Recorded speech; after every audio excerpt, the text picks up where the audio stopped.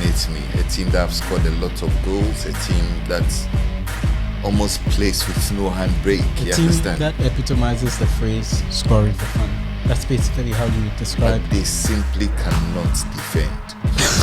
Simply cannot defend. I always say that they are Italian version of Marcelo Bielsa's team. All they think about is attack. You score me 5, I will do everything to either reduce the deficit or I'll score you. You know, they say the best form of defense is attack, and I think that's encoded in Atalanta's DNA. I think they are actually analogous to whatever an Italian team is supposed to be.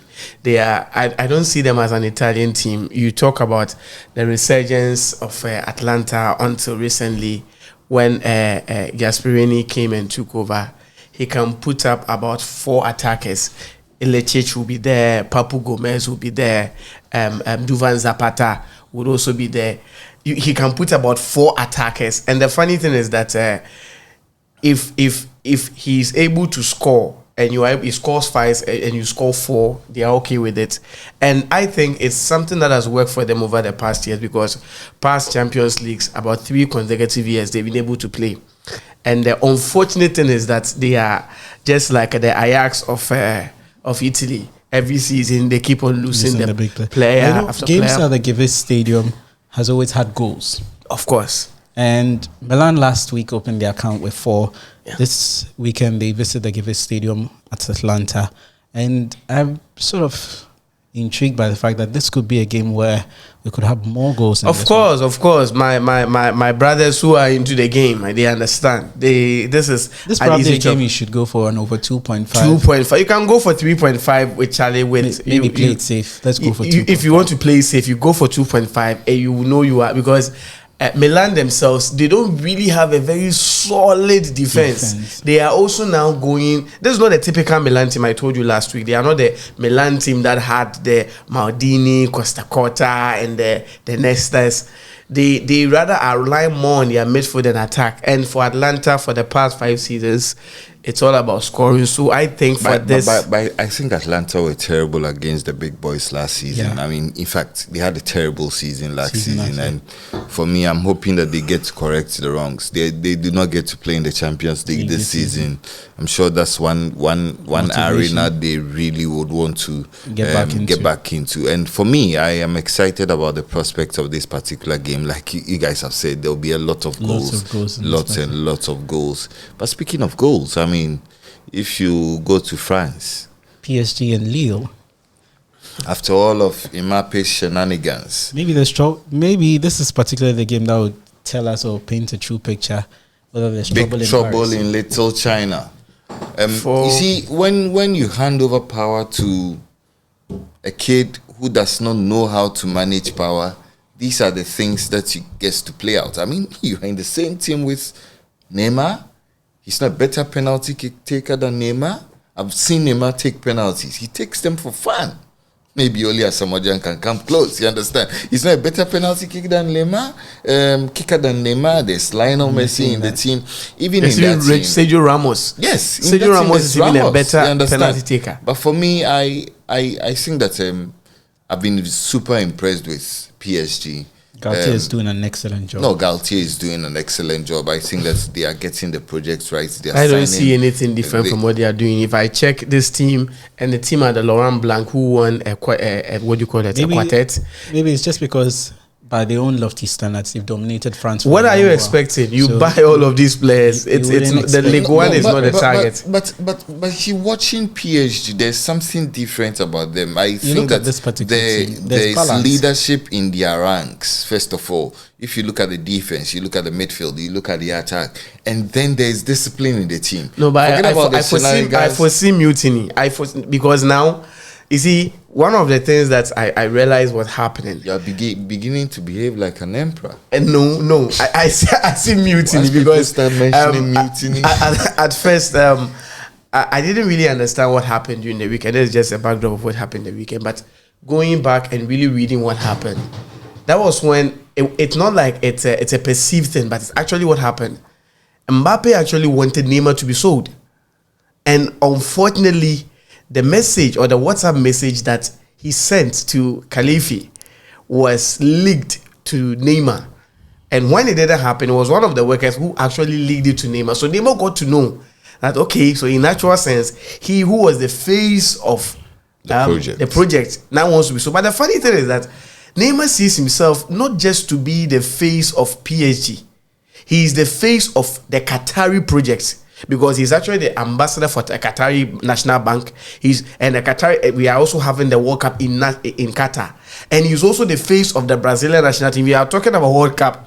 Brazil is actually the epitome of the World Cup. So this is not the time, especially when he has declared that this might be his last World Cup. This is not the time that, because of a contract that Mbappe has signed, and Mbappe, I don't even see him to be the face of the French national team, because arguably you can have Karim Benzema there. So he sees that Mbappe wants to put up some ego there. I just realized Cartier wanted to have a meeting with Mbappe himself, Neymar, and the sporting director to put this. But I don't see, if they don't really manage this thing well, it looks like everything is going on. Maybe well. The best test we could look forward to over the weekend is when there are penalties. Let's see who takes it. I think, you see, the same thing happened when Cavani and the Neymar thing started in 2017.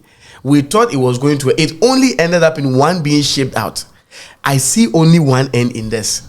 Either, okay, let me say two possibilities. Either it will end up capitulating and affecting them ultimately in Champions League, or one will definitely leave. But let's look to Spain. This mouth-watering encounters. Barcelona. Have they activated another lever?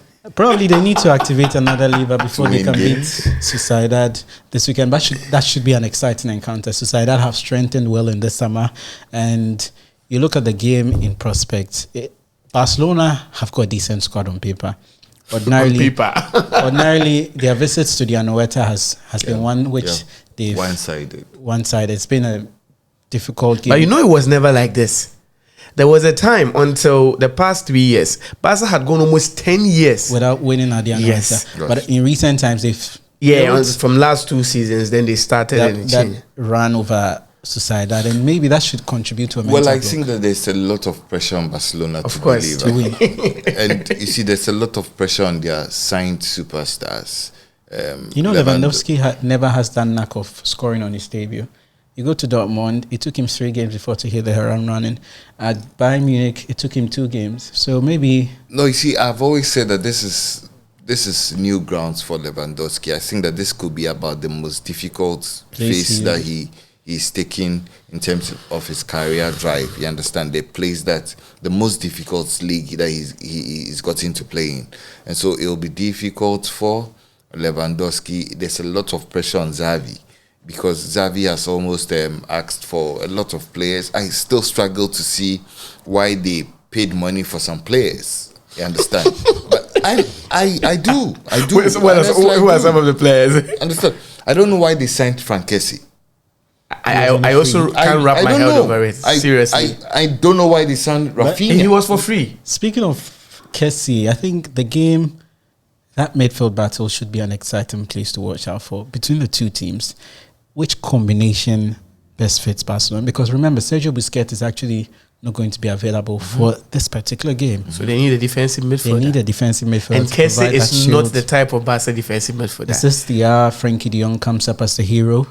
And maybe he gets to play in central defense. Of course, because that's what Gavi said, that he wants to play in central defense. I still can't wrap my head over why Frankie de Jong is still not the defensive midfielder. In actual, he was brought in to be the understudy. Maybe this could be the hour for him. Because Barca can still honestly, they still can't keep him. I still think he's the best defensive midfielder Barcelona does. Of course, I mean the guy, but they still would have to push him out. Because of his salary and because of the FFP and all. So they have to push him out. For Kessie, he would be a difficult thing, because AC Milan defensive midfielder is not Barca. Barca defensive midfielder, you don't go in mechanical and tackles, and no, it's about retaining the ball. You start from the defense. Maybe I think Barcelona are losing their identity. Of course, in the past they would have signed a player like Frank. It's no way he doesn't fit. It's all about getting the business done. Kessie looks like a Chelsea player. Of course, maybe because of the identity they've got. But in about getting the business done, I think Madrid are the best and most efficient side. You look at what they had to go through in the opening game against Almeria. for most parts of the game, it looked as though there was going to be an upset on the cards. David Alaba comes off the bench in 78 seconds. Wonderful free kick. That should tell you that. But Madrid are not just a well-oiled machine. Madrid's system. You see, this is Perez who has gone against his own principle of signing Galacticos. He realized that, okay, he has a stadium to build, and he has players who are aging. So what do? I keep some of the players, especially those who are taking outrageous salaries. He ships out Ronaldo. He lets Sergio Ramos go. Now Isco is gone. He brings in Camavinga. He brings in Valverde. He cuts that. That is the exact opposite that Barca failed to do. Barca knew Messi was aging. You could have sold him, gotten your money. Fantastic recruitment. Yes, but they decided that no, if he goes, what will happen to us? What will happen to us? And they incurred a lot of. They pay him almost 2 million euros a year. Madrid did the opposite. Sorry, it's a week. Sorry, it's a week. Speaking of that particular game, which players are you looking to turn the fortunes Karim Benzema. Of course, it's obvious. Benzema. Vinicius, Karim Benzema. And one player, the unsung hero, Valverde, he does the job very, very well. And now for Madrid, you see, the way they've now positioned themselves, the players, especially the young ones, talk of Asensio, talk of Camavinga, the way they are, Tchouaméni, they are understudy. Give them about 5 years. Madrid will never stop the Galactico purchase. It will never stop. But you see, it was a cunning thing he did. That was what Arsene Wenger failed to do with Arsenal. He gave the excuse that we are building Emirates, so we can't buy players. But Perez has showed the way that I can still build a Bernabeu of over 1 billion and still give you the Galacticos. He could have bought Mbappe, but he was still building. And that is I always say that he's the Ballon d'Or, should I say, recipient? If there's no better businessman than perfect. Perez. He's building the stadium, he's purchasing the players, and he's winning the trophy. So for me, Benzema, obviously, you're expecting either a goal or assist from him. Valverde, that is for our brothers who are into this. You should know, Madrid, for nothing at all, they will be on the score sheet. Madrid will definitely be on the score sheet. So let's do a roundup picks for the weekend, and let's start with Italy. Atalanta, Milan. Remember what I told you during the weekend when you were mentioning the teams that was going to win? Yeah. And I told you that this would be one of the most difficult seasons ever in Italy. You can't just take your head and say AC Milan. You can't just take your head and say Inter Milan. Will they win against Atalanta over the weekend?